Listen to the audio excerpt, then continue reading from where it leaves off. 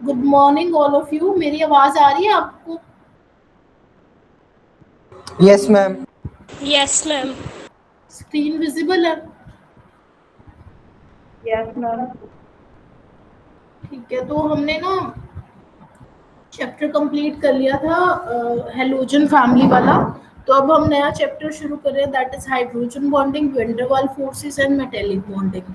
तो इसमें हम हाइड्रोजन बॉन्डिंग, वेंडरवाल फोर्सेस और मेटेलिक बॉन्ड के बारे में डिस्कस करेंगे।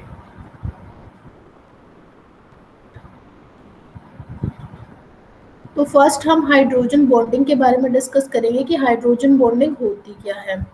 जैसे कि आयनिक और कोवेलेंट बॉन्ड होते हैं, वैसे ही हाइड्रोजन बॉन्ड भी होते हैं। लेकिन जैसे आयनिक और कोवेलेंट बॉन्ड होते हैं, उनके जितनी बॉन्ड स्ट्रेंथ होती है उतनी हाइड्रोजन बॉन्ड की बॉन्ड स्ट्रेंथ नहीं होती। हाइड्रोजन बॉन्ड एक कंपेरेटिवली वीक बॉन्ड है as compare to ionic and covalent bonds. जो आयनिक और कोवेलेंट बॉन्ड्स होते हैं वो एक सिग्निफिकेंट बॉन्ड होता है, उनकी बॉन्ड स्ट्रेंथ ज्यादा होती है। ठीक है, अब हाइड्रोजन बॉन्डिंग होती क्या है? जब किसी एक मॉलिक्यूल में हाइड्रोजन अपने से बहुत ज्यादा इलेक्ट्रोनेगेटिव एटम से जुड़ा होता है, तो at the same time hydrogen दूसरे मॉलिक्यूल के इलेक्ट्रोनेगेटिव एटम से भी बॉन्ड बना रहा होता है। ठीक है, इस बॉन्ड को बोलते हैं हाइड्रोजन बॉन्ड, और इस तरह के इंटरेक्शन को बोलते हैं हाइड्रोजन बॉन्डिंग। ठीक है, जैसे अब ये मॉलिक्यूल है, इसमें हाइड्रोजन फ्लोरीन से जुड़ा हुआ है। फ्लोरीन तो मोस्ट इलेक्ट्रोनेगेटिव एलिमेंट है पीरियोडिक टेबल में। ठीक है, तो अब फ्लोरीन भी दूसरे मॉलिक्यूल के हाइड्रोजन के साथ हाइड्रोजन बॉन्ड बना रहा है। ठीक है, और हाइड्रोजन भी दूसरे मॉलिक्यूल के फ्लोरीन के साथ हाइड्रोजन बॉन्ड बना रहा है। तो इस तरह के इंटरेक्शन को बोलते हैं हाइड्रोजन बॉन्डिंग, जो एक मॉलिक्यूल के हाइड्रोजन और दूसरे मॉलिक्यूल के इलेक्ट्रोनेगेटिव एटम के बीच में होती है। ठीक है, तो hydrogen bonding are the attractive force which binds hydrogen atom of one molecule with electronegative atom of another molecule with the electronegative atom, that is FO or N of another molecule is known as hydrogen bond। ठीक है, अब जो hydrogen bond होता है उसकी strength ये दे रखी है, और जो कोवेलेंट बॉन्ड होता है उसकी बॉन्ड स्ट्रेंथ ये दे रखी है। ठीक है, तो यहाँ से आप देख पा रहे हो कि जो हाइड्रोजन बॉन्ड है उसकी बॉन्ड स्ट्रेंथ कोवेलेंट बॉन्ड के कंपैरिजन में काफी कम है, मींस अबाउट उसका 1/10 है। ठीक है, तो हाइड्रोजन बॉन्ड इतना वीक बॉन्ड होता है कोवेलेंट बॉन्ड के कंपैरिजन में। हाइड्रोजन बॉन्ड समझ में आ गया आपको क्या होता है? Yes ma'am. Yes ma'am. Next, what is the cause of hydrogen bond? Hydrogen bond का कॉज क्या है? हाइड्रोजन बॉन्डिंग होती क्यों है? देखो, जब किसी भी मॉलिक्यूल में हाइड्रोजन किसी अपने से बहुत ज्यादा इलेक्ट्रोनेगेटिव एटम से जुड़ा होता है, तो वो जो इलेक्ट्रोनेगेटिव एटम है वो सारी की सारी बॉन्ड डेंसिटी को अपनी तरफ खींचने की कोशिश करता है। ठीक है, जिससे उस इलेक्ट्रोनेगेटिव एटम पे डायल नेगेटिव चार्ज क्रिएट होता है और हाइड्रोजन पे in return dial positive charge create होता है। तो अगर ये सिचुएशन होगी तो इस सिचुएशन में क्या होगा, ये मॉलिक्यूल का जो ए एटम है जिस पे डायल नेगेटिव क्रिएट हुआ है, वो दूसरे मॉलिक्यूल के हाइड्रोजन से इंटरेक्ट करेगा जिस पे डायल पॉजिटिव है। ठीक है, तो बेसिकली है तो डाइपोल डाइपोल इंटरेक्शन थी ना। ठीक है, और सेम मॉलिक्यूल का हाइड्रोजन जिस पर डायल पॉजिटिव चार्ज क्रिएट हुआ है वो दूसरे मॉलिक्यूल के ए से इंटरेक्ट करेगा जिस पर डायल नेगेटिव क्रिएट हुआ है। ठीक है, तो इस तरह के डाइपोल डाइपोल इंटरेक्शंस को हम क्या बोलते हैं? हाइड्रोजन बॉन्ड, जो एक मॉलिक्यूल के हाइड्रोजन और दूसरे मॉलिक्यूल के इलेक्ट्रोनेगेटिव एटम के बीच में क्रिएट होती है।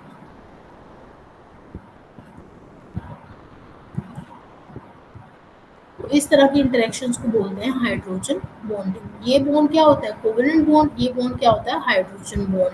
कोवेलेंट बॉन्ड को हम सॉलिड लाइन से शो करते हैं और हाइड्रोजन बॉन्ड को हम किससे शो करते हैं? डॉटेड लाइन से। ठीक है, तो ये डायल नेगेटिव और डायल पॉजिटिव चार्ज क्रिएट होने की वजह से हाइड्रोजन बॉन्डिंग होती है। अगर ये चार्ज ही क्रिएट ना हो, मींस यहाँ भी डायल नेगेटिव रहे और यहाँ भी थोड़ा सा ही डायल पॉजिटिव आए, means major dial positive create ना हो, तो इस तरह की इंटरेक्शन ही नहीं होगी। या फिर कोई ऐसा मॉलिक्यूल्स हो जिसमें दोनों एटम सिमिलर इलेक्ट्रोनेगेटिविटीज के हैं। तो जब एक मॉलिक्यूल में दोनों एटम सिमिलर इलेक्ट्रोनेगेटिविटीज के होते हैं तो वहां पे तो del negative del positive charge majorly इतना क्रिएट नहीं होगा कि वो इस तरह की इंटरेक्शंस कर सके। ठीक है, तो बेसिक जो कॉज है इसका ये है कि जो इलेक्ट्रोस्टैटिक फोर्स ऑफ अट्रैक्शन है between positively charge hydrogen atom of one molecule and negatively charge a atom of the neighbouring molecule results in the formation of hydrogen bond. तो ये मेन रीजन है हाइड्रोजन बॉन्डिंग होने का। Now what are the conditions of hydrogen bond? जो hydrogen से atom जुड़ा हुआ है वो हाईली इलेक्ट्रोनेगेटिव होना चाहिए। अगर वो हाईली इलेक्ट्रोनेगेटिव नहीं होगा तो इस तरह की इंटरेक्शंस पॉसिबल नहीं होंगी। ठीक है, वो कोई भी इलेक्ट्रोनेगेटिव एटम हो सकता है, फ्लोरीन, ऑक्सीजन और नाइट्रोजन में से। Next is the small size of the electronegative atom.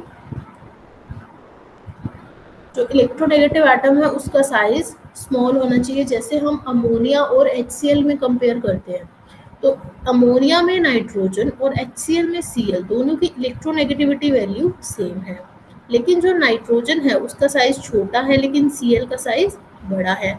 इस वजह से अमोनिया में तो हाइड्रोजन बॉन्डिंग होती है बट HCl में हाइड्रोजन बॉन्डिंग नहीं होती because of the bigger size than nitrogen. Bigger size होने की वजह से क्या होता है, वो उतना अच्छे से इलेक्ट्रॉन डेंसिटी अपनी तरफ पुल नहीं कर पाएगा जितना नाइट्रोजन कर पाएगा, क्योंकि नाइट्रोजन का स्मॉल साइज है, उस पर न्यूक्लियर चार्ज का इफेक्ट ज़्यादा होगा तो वो ज़्यादा अच्छे से इलेक्ट्रॉन डेंसिटी अपनी तरफ पुल कर पाएगा। जितनी ज़्यादा वो अच्छे से इलेक्ट्रॉन डेंसिटी अपनी तरफ पुल कर पाएगा उतना उस पर डेल नेगेटिव चार्ज क्रिएट होगा। ठीक है, उतनी बढ़िया वो डायपोल डायपोल इंटरेक्शन करेगा दूसरे मॉलिक्यूल के हाइड्रोजन से। लेकिन HCl में Cl के बड़ा साइज होने की वजह से वो उतना ज़्यादा डेल नेगेटिव चार्ज क्रिएट नहीं कर पाएगा। ठीक है, जिस वजह से HCl में हाइड्रोजन बॉन्डिंग नहीं होती। Now what is the main difference between hydrogen bond and covalent bond? जो हाइड्रोजन बॉन्ड है that represents the dipolar dipolar interaction. जो हाइड्रोजन बॉन्ड है वो डायपोलर डायपोलर अट्रैक्शन को रिप्रेजेंट करता है, while covalent bond is formed by the sharing of electrons. जो covalent bond है वो शेयरिंग ऑफ इलेक्ट्रॉन से बनता है।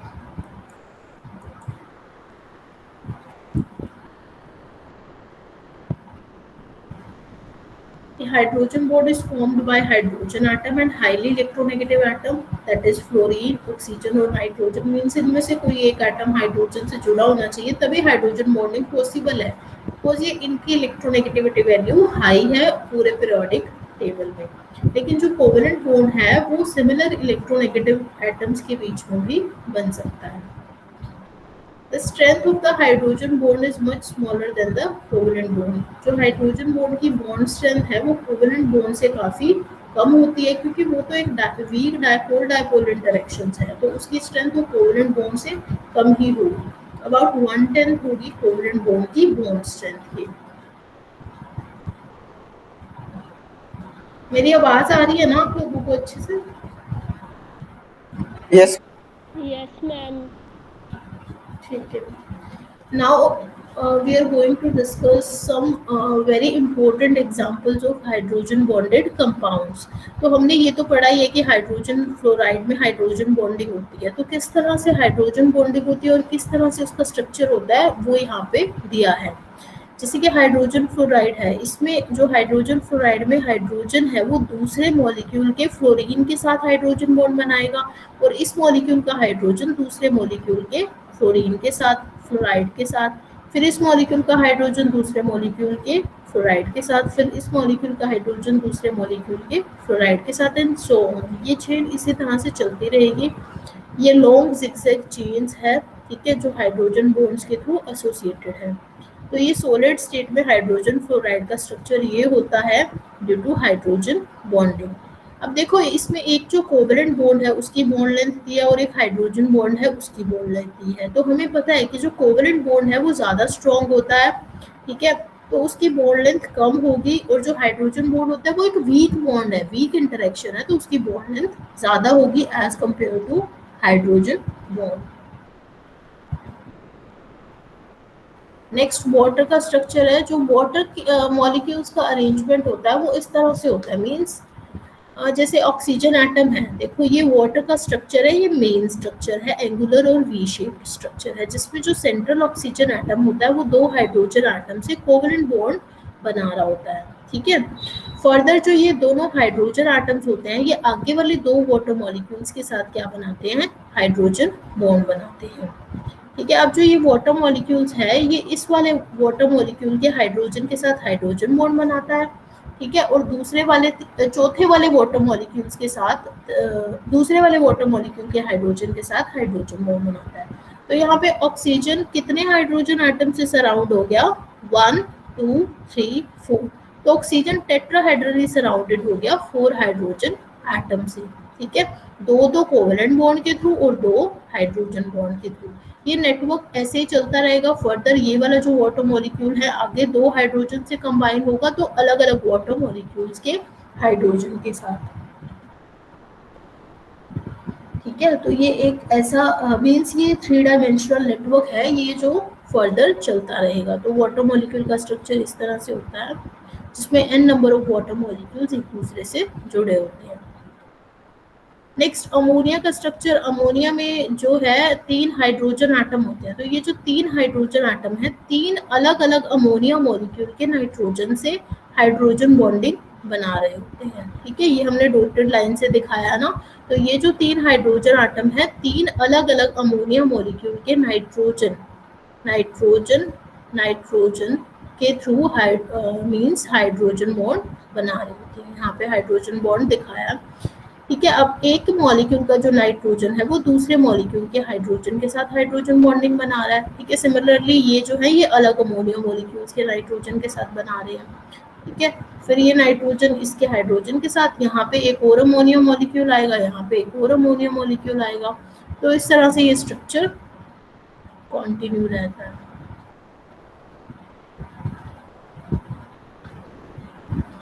Now, what are the characteristics of compounds having hydrogen bond? उन कंपाउंड्स के क्या कैरेक्टरिस्टिक्स है जो हाइड्रोजन बॉन्डिंग शो करते हैं। जिन कंपाउंड्स में हाइड्रोजन बॉन्डिंग होता है उनकी फिजिकल प्रॉपर्टीज जैसे कि मेल्टिंग पॉइंट, बॉइलिंग पॉइंट और सोल्युबिलिटी पे इफेक्ट पड़ता है,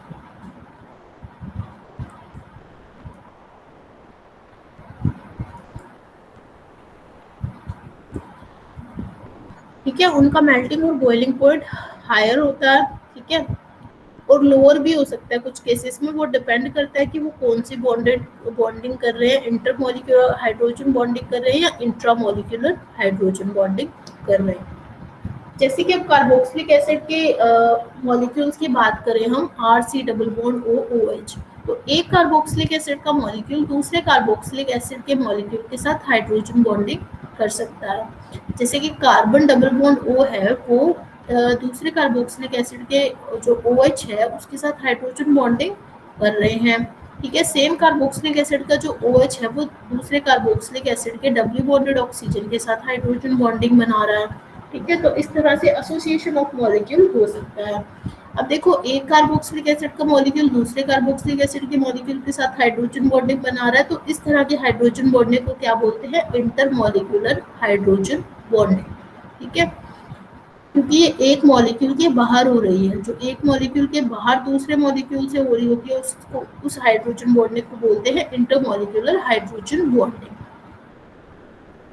जैसे अल्कोहल का एक मॉलिक्यूल है और हम वाटर के मॉलिक्यूल की बात करते हैं तो यहाँ पे OH है, जैसे यहाँ पे जो हाइड्रोजन है वो ऑक्सीजन के साथ हाइड्रोजन बॉन्डिंग बनाता है और यहाँ पे जो हाइड्रोजन है वो ऑक्सीजन के साथ हाइड्रोजन बॉन्डिंग बनाता है और ये हाइड्रोजन है फर्दर वाटर मॉलिक्यूल के ऑक्सीजन के साथ हाइड्रोजन बॉन्डिंग बनाता है। तो इस तरह की बॉन्डिंग को भी क्या बोलते हैं, इंटरमॉलिक्यूलर हाइड्रोजन बॉन्डिंग। क्योंकि एक मॉलिक्यूल के बाहर दूसरे मॉलिक्यूल से हो रही है तो इस हाइड्रोजन बॉन्डिंग को बोलेंगे इंटरमॉलिक्यूलर। अब जैसे एक क्लोरोफॉर्म है, क्लोरोफॉर्म में जो हाइड्रोजन है वो एसीटोन के ऑक्सीजन के साथ हाइड्रोजन बॉन्डिंग बना रहा है, ठीक है। तो हाइड्रोजन बॉन्डिंग में एक हाइड्रोजन होना चाहिए और इलेक्ट्रोनेगेटिव एटम होना चाहिए, तभी ये इंटरेक्शन पॉसिबल है। हाइड्रोजन फ्लोराइड का जो H है वो एसीटोन के O के साथ हाइड्रोजन बॉन्ड बना रहा है, ठीक है। मिथाइल अल्कोहल का जो H है वो अमोनिया के नाइट्रोजन के साथ हाइड्रोजन बॉन्डिंग बना रहा है। तो ये तो हमने एसोसिएशन ऑफ मॉलिक्यूल्स के बारे में डिस्कस कर लिया। Next is higher melting and boiling point. अब हाइड्रोजन बॉन्डिंग का मेल्टिंग और बॉइलिंग पॉइंट पे क्या इफेक्ट होता है वो हम एक ग्राफ के थ्रू देखेंगे। पहले आप ये समझ लीजिए कि जैसे कार्बन फैमिली होती है उसमें कोई हाइड्रोजन बॉन्डिंग नहीं होती, ठीक है। कार्बन फैमिली में कोई भी मॉलिक्यूल हाइड्रोजन बॉन्डिंग शो नहीं करता क्योंकि किसी की भी इलेक्ट्रोनेगेटिविटी हाइड्रोजन से बहुत ज़्यादा नहीं है। लेकिन नाइट्रोजन फैमिली में जो टॉप कंपाउंड है that is ammonia hydrogen bonding show करता है। ऑक्सीजन फैमिली में वाटर हाइड्रोजन बॉन्डिंग शो करता है और हेलोजन फैमिली में HF हाइड्रोजन बॉन्डिंग शो करता है, ठीक है। तो अब नॉर्मल ट्रेंड क्या होना चाहिए, जैसे हम ग्राफ के थ्रू देखें तो कार्बन फैमिली में देखो तो जो मेल्टिंग और बॉइलिंग पॉइंट है वो इंक्रीज हो रहा है जैसे जैसे मॉलिक्यूलर मास इंक्रीज हो रहा है, क्योंकि मॉलिक्यूलर मास इंक्रीज करने से वैन डर वाल interaction between two different molecules increase होती है, तो बॉइलिंग पॉइंट भी इंक्रीज होता है। तो कार्बन फैमिली का तो ये जनरल ट्रेंड है, यही बाकी ग्रुप्स में भी होना चाहिए था।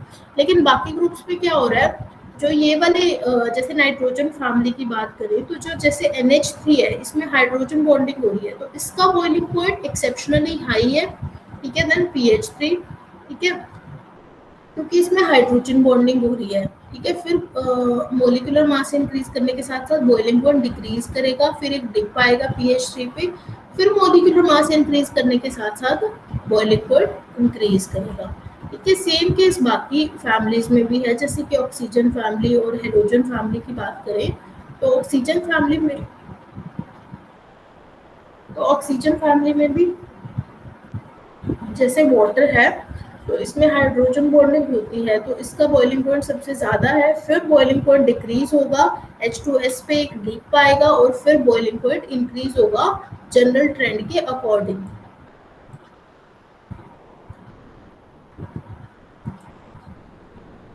ठीक है।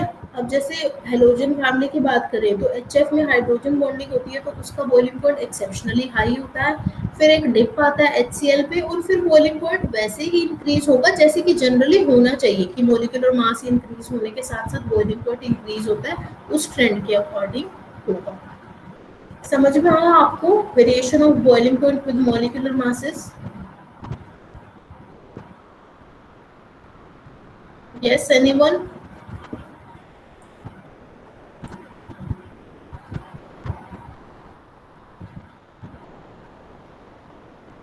आपको समझ में आया क्या variation of boiling point with molecular masses? Yes ma'am. आवाज नहीं आ रही क्या? इतना लेट रिस्पॉन्ड क्यों कर रहे हो? आ रही है मैम आवाज तो। ठीक है, मैंने 2 बार पूछा ना उसके बाद रिस्पॉन्ड आया। नेक्स्ट, हाइड्रोजन बॉन्डिंग का इन्फ्लुएंस फिजिकल स्टेट पे क्या होगा? अब जैसे अगर हम वाटर और H2S की फिजिकल स्टेट कंपेयर करें तो जो वाटर होता है वो लिक्विड होता है और जो H2S है वो गैस होता है, ठीक है। रीजन क्या? H2O में हाइड्रोजन बॉन्डिंग है और H2S में हाइड्रोजन बॉन्डिंग नहीं है। तो जो हाइड्रोजन बॉन्डिंग है उसका इफेक्ट फिजिकल स्टेट पे भी पड़ता है। Next is solubility. जो हाइड्रोजन बॉन्डिंग है वो solubility of one substance into other पे भी अफेक्ट करती है, जैसे कि अब अल्कोहल और वाटर के बीच में हाइड्रोजन बॉन्डिंग पॉसिबल है, so hydrogen bonding is a dipole dipole interaction. तो जो अल्कोहल है वो वाटर में हाईली सोल्यूबल होगा due to hydrogen bonding with water molecules. Now types of hydrogen bond, number 1 is intermolecular hydrogen bond, number 2 is intramolecular hydrogen bond. तो जो intermolecular hydrogen bond होता है वो क्या होता है?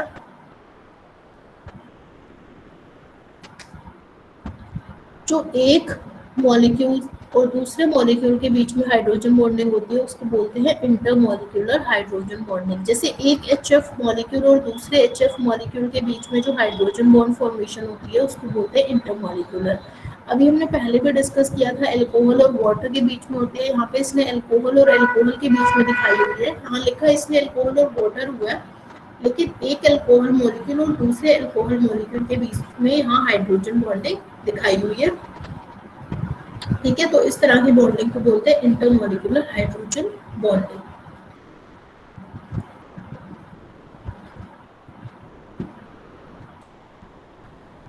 सेकेंड टाइप ऑफ, तो जो इंटरमॉलिक्यूलर हाइड्रोजन बॉन्डिंग है उसका क्या इफेक्ट होता है ये देख लेते हैं हम।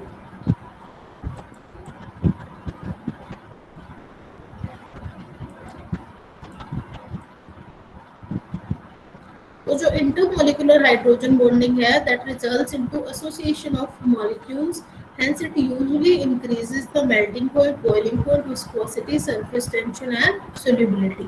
तो जो इंटरमॉलिक्यूलर हाइड्रोजन बॉन्डिंग होता है उसकी वजह से एसोसिएशन ऑफ मॉलिक्यूल्स होता है, जिसकी वजह से जैसे मेल्टिंग पॉइंट है, बॉइलिंग पॉइंट है, विस्कोसिटी है, सरफेस टेंशन, सोल्यूबिलिटी, ये सारे फैक्टर्स क्या होंगे, इंक्रीज होंगे। अब इंट्रामोलिकुलर हाइड्रोजन बॉन्डिंग क्या होती है? इंट्रामोलिकुलर हाइड्रोजन बॉन्डिंग इज जो एक ही मॉलिक्यूल के अंदर होती है, उस तरह की हाइड्रोजन बॉन्डिंग को क्या बोलते हैं? Intramolecular hydrogen bonding. जो इंट्रामोलिकुलर हाइड्रोजन बॉन्डिंग है वो हाइड्रोजन एटम और हाईली इलेक्ट्रोनेगेटिव एटम के बीच में होती है, जैसे कि फ्लोरीन, ऑक्सीजन और nitrogen present in different bonds with in the same molecule. जैसे हम ऑर्थो नाइट्रोफिनोल की बात करें तो ऑर्थो नाइट्रोफिनोल में क्या होता है, जैसे कि ये NO2 ग्रुप्स होता है और OH ग्रुप होता है, तो इनके बीच में हाइड्रोजन बॉन्डिंग होती है। तो एक ही मॉलिक्यूल के बीच में जो हाइड्रोजन बॉन्डिंग होती है उसको बोलते हैं हम इंट्रामॉलिक्यूलर हाइड्रोजन बॉन्डिंग। एक ऑर्थो नाइट्रोबेंजोइक एसिड होता है जिसमें NO2 ग्रुप और COH के OH वाले हाइड्रोजन के बीच में हाइड्रोजन बॉन्डिंग होती है, तो इसको भी हम बोलते हैं इंट्रामॉलिक्यूलर हाइड्रोजन बॉन्डिंग। अब जो इंट्रामॉलिक्यूलर हाइड्रोजन बॉन्डिंग है उसका फिजिकल प्रॉपर्टीज पे इफेक्ट नेग्लिजिबल है, उससे कुछ बॉइलिंग पॉइंट, मेल्टिंग पॉइंट पे कुछ ज्यादा फर्क नहीं पड़ता। इंट्रामॉलिक्यूलर हाइड्रोजन बॉन्डिंग का ज्यादा इफेक्ट होता है फिजिकल प्रॉपर्टीज पे। Next, hydrogen bonding in water and ice. अगर हम वाटर और आइस में हाइड्रोजन बॉन्डिंग की बात करें तो हमें ये पता है कि जो आइस है उसकी डेंसिटी कम होती है एज कंपेयर टू वाटर। क्यों होती है, रीजन क्या है? वो उसका रीजन हमें मिलेगा इसके स्ट्रक्चर से।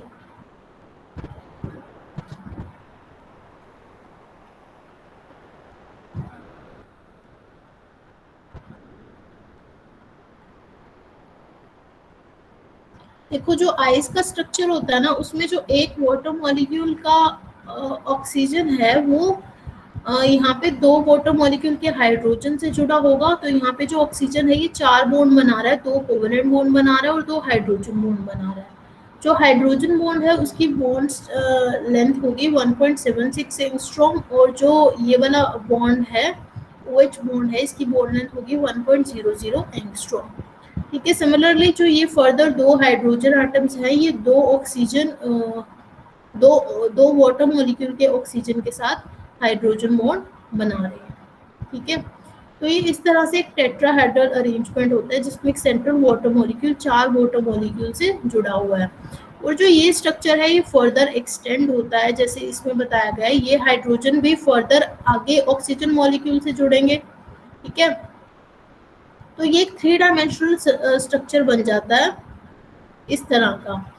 ठीक है, जो कि जिसमें वैकेंट स्पेस खाली होते हैं और इस स्ट्रक्चर को बोलते हैं open cage like structure of ice. ठीक है, तो अब इसमें क्या होता है, वॉल्यूम बहुत ज़्यादा इंक्रीज हो जाता है, इस पूरे स्ट्रक्चर से वॉल्यूम बहुत ज़्यादा बढ़ जाता है। ओपन केज स्ट्रक्चर काफ़ी ओपन स्ट्रक्चर होता है, तो गिवन मास ऑफ वाटर के लिए अगर वॉल्यूम ज़्यादा इंक्रीज हो जाए तो डेंसिटी क्या होगी, कम होगी, इसीलिए जो आइस है उसकी डेंसिटी वाटर से कम होती है।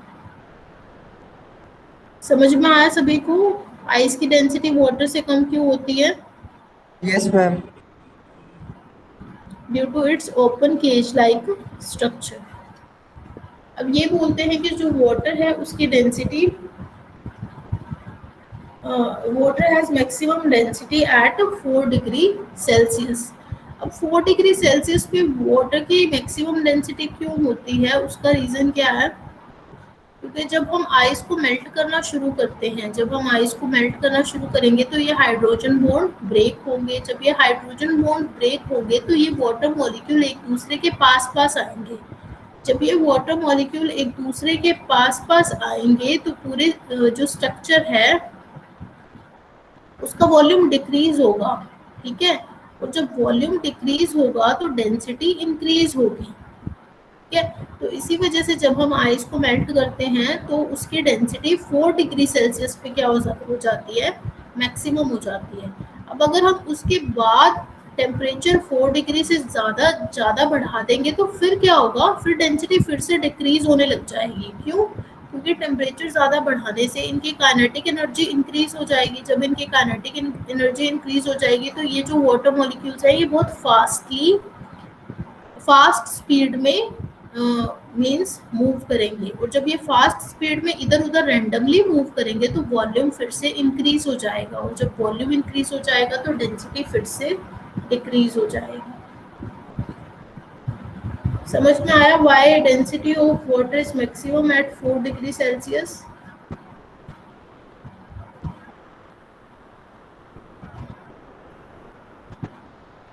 हाँ जी,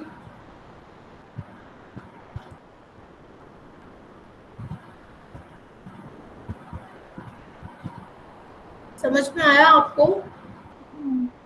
Yes, ma'am.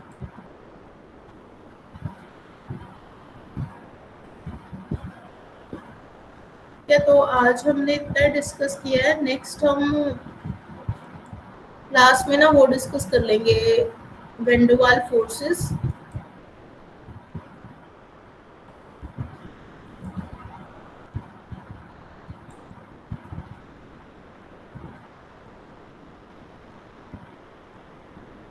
नेक्स्ट हम क्लास में वेंडरवाल फोर्सेस और मेटेलिक फोर्सेस के बारे में डिस्कस कर लेंगे। तो इस 2 लेक्चर का रहता है, ये चैप्टर 2 या 3 लेक्चर का होगा।